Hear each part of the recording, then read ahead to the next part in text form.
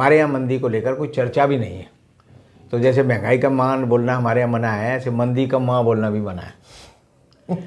और इसीलिए आप देखिए कि हिंदुस्तान की हालत बद से बदतर होती जा रही है। चीन में कहते हैं 20% मंदी आ चुकी है, 25% मंदी वो कहते हैं जापान में आ चुकी है, 40% मंदी जो है अमेरिका में आ चुकी है। IMF ने हिंदुस्तान की आज ही जो विकास दर है उसका आंकड़ा घटा के 8.4 से घटाकर जो है वो 6.4 कर दिया।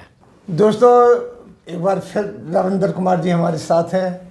बहुत बहुत स्वागत है रविंद्र कुमार जी आपका। रविंद्र कुमार जी, देश में तो घटनाएं, दुर्घटनाएं, संभावनाएं, जाने क्या क्या चल रहा है, कुछ कहने की बात ही नहीं है। बहुत सी चीज़ें तो ऐसी होती हैं जब चल जाती हैं तब पता लगता है। अभी आप मंदी के बारे में बात कर रहे थे, तो क्या सिस्टम, क्या मंदी का क्या है? भारत में तो कहीं चीज़ दिखाई दे नहीं रही जी। देखिए, हमारा जो मीडिया है वो कहीं हमें नहीं बताता कि मंदी नाम की कोई चीज़ जो है जी हिंदुस्तान में या दुनिया में पैर पसार रही है। ना इलेक्ट्रॉनिक मीडिया बताता, सरकार तो बताती ही नहीं है। लेकिन आप इसके बीच में देखिए कि जैसे होता है ना कि कबूतर होता है और बिल्ली होती है, और कबूतर सोचता है कि मैं आंख बंद कर लूँगा तो बिल्ली मुझे नहीं देखेगी क्योंकि मैं बिल्ली को नहीं देख रहा, लेकिन बिल्ली उसे झपट्टा मार देती है। तो इस समय आज के हिंदुस्तान में ही नहीं पूरी दुनिया में मंदी जो है व्यापक रूप से फैल गई है। और हर सरकार की चिंता, IMF की चिंता, वर्ल्ड इकोनॉमिक फोरम की चिंता, यूरोप के जितने भी देश हैं उनकी चिंता यह है कि मंदी से कैसे लड़ें। लेकिन हमारे यहाँ मंदी को लेकर कोई चर्चा भी नहीं है। तो जैसे महंगाई का मान बोलना हमारे यहाँ मना है, ऐसे मंदी का माँ बोलना भी मना है। और इसीलिए आप देखिए कि हिंदुस्तान की हालत बद से बदतर होती जा रही। अभी जो IMF ने और उसके जो चीफ इकोनॉमिस्ट हैं उन्होंने एक अंदाज़ा लगाया है कि पूरी दुनिया में, जैसे चीन में कहते हैं 20% मंदी आ चुकी है, 25% मंदी वो कहते हैं जापान में आ चुकी है, 40% मंदी जो है अमेरिका में आ चुकी है। और उसकी वजह से सारी सरकारें इस चिंता में डूबी हुई हैं कि इस मंदी से कैसे निजात पाई जाए। तो जो लोग इतिहास पढ़ते हैं, वैसे हिंदुस्तान में इतिहास को तोड़ने मरोड़ने का ज़्यादा सिलसिला रहता है, लेकिन अगर आप इतिहास पढ़ें तो आप पाएंगे कि 1928 में पूरी दुनिया में जो मंदी आई थी उसको कहा गया था ग्रेट डिप्रेशन। पूरी दुनिया में व्यापक मंदी आई थी, करोड़ों लोग बेरोजगार हो गए थे, लोगों के पास पैसा नहीं था और ये हालत हो गया था। जर्मनी के बारे में तो कहते हैं कि थैले में भरकर नोट ले आते थे और हाथ में सामान लेकर आते थे। कि मंदी और महंगाई इन दोनों का चोली दामन का साथ है। चोली दामन का साथ ये है कि मुद्रास्फीति, मुद्रा की जो वैल्यू है वो घटती जाती है। आज के समय में भी आप देखिए तो पहले किसी आदमी को कहो जी 100 रुपये लेके जाता था और पूरा झोला भर के सामान ले आता था घर का। अब उसे आप 10,000 रुपये का नोट दे दो, 5 गुलाबी नोट दे दो, वो जाएगा और सारा सामान जो है एक झोले में आ जाएगा। तो एक तरह से हिंदुस्तान में मंदी आ चुकी है, महंगाई बढ़ती जा रही है, रोज़गार कम हो रहे हैं और महंगाई की वजह से लोगों के खाने पीने की जो रफ्तार है वो कम हो गई है।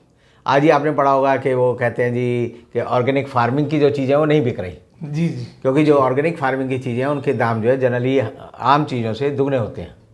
तो ऑर्गेनिक इसलिए कि ये गाय के गोबर से उगाई गई है, ये बड़ी मेहनत से उगाई गई है, प्राकृतिक ढंग से उगाई गई है, इसमें किसी दवाई का सेवन नहीं है, किसी रसायन का सेवन नहीं है। तो हम देखते हैं कि उसमें भी लोग उनको खरीद नहीं रहे हैं। केजरीवाल ने बड़े ज़ोर शोर से दिल्ली में कहा था कि हम जो है घर घर शराब पहुँचाएँगे। घर घर शराब पहुँचाने के लिए उन्होंने व्यवस्था भी की थी, होम डिलीवरी शराब की। आप फ़ोन करेंगे घर पे शराब आ जाएगी।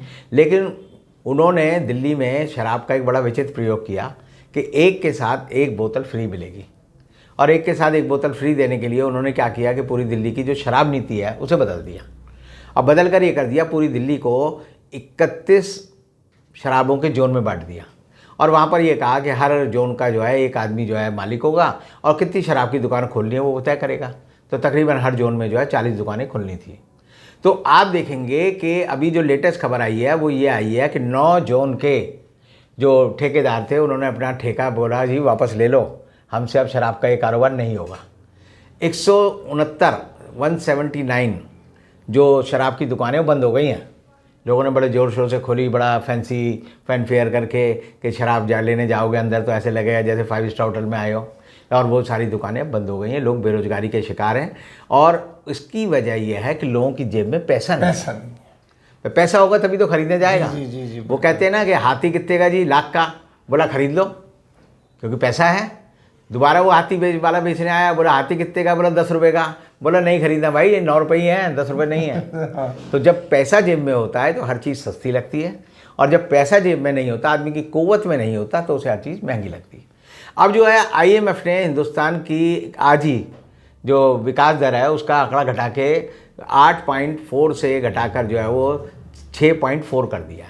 और जो मूडी है, जो एक रेटिंग एजेंसी है, उसने कहा है कि हिंदुस्तान की इस साल की जो डेवलपमेंट की जो दर है वो 6.1 रहेगी।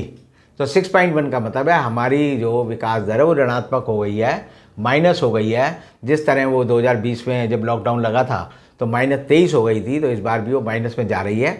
लेकिन इसकी ओर कोई ध्यान नहीं दिलाता।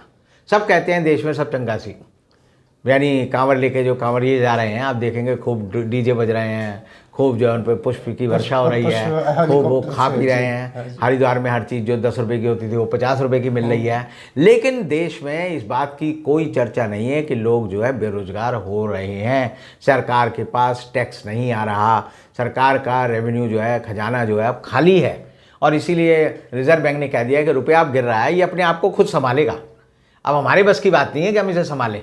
तो रुपया जो 80 रुपये के डॉलर के मुकाबले 80 रुपये चला गया है, अब वो जल्दी है वो कहने लगेंगे 82 रुपये चला जाएगा। तो जैसे मैंने पहले भी कहा था कि 92 रुपये हो जाएगा 31 अगस्त तक। तो ऐसी हालत में देश और दुनिया में जो मंदी छा रही है, उसके बारे में देश की संसद को, देश के नेताओं को, देश के पत्रकारों को, देश के अर्थशास्त्रियों को सोचना चाहिए। और अगर वो नहीं सोचेंगे तो आने वाले समय में लोग जो है वही हाल हिंदुस्तान में हो जाएगा जो श्रीलंका में है, पाकिस्तान में है और दूसरे देशों में है, कि लोग सड़क पर कूद रहे हैं, घूम रहे हैं, हंगामा कर रहे हैं, लेकिन उन्हें रोटी नहीं मिल रही। क्योंकि रोटी ऐसी चीज़ है जो खेत में पैदा करोगे तो आएगी, कारखाने में बनाओगे तो आएगी, आसमान से नहीं आएगी। हमारे यहाँ तो वैसे देखा जाए रविंदर जी, उन चीज़ों पे जो गौर किया नहीं जाता, दूसरी चीज़ों पे गौर किया जा रहा। पार्लियामेंट में भी देख लीजिए, संसदों को निकाला जाएगा, रखा जाएगा, क्या करेगा, जो मेन बेसिक चीज़ें जो आगे आने वाले खतरनाक ढंग है उनके ऊपर कोई गौर नहीं कर रहा है। इसी के साथ हम आपसे लेते हैं विदा। अगले अंक में फिर रविंदर कुमार जी के साथ हाजिर होंगे, तब तक के लिए दीजिए हमें इजाज़त।